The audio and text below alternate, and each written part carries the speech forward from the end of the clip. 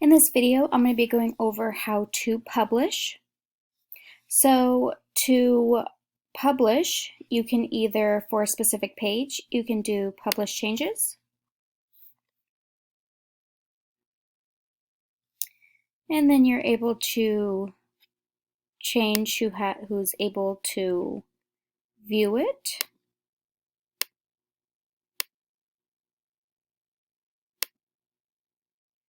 You can save the settings and it will publish, and it will say at the top, this is publish. Or you can go to your settings.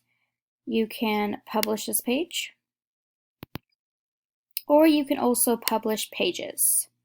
So you can choose all pages, or you can also pick certain pages that you wish to publish. And then it lets you know that it has been published, and that's how you publish.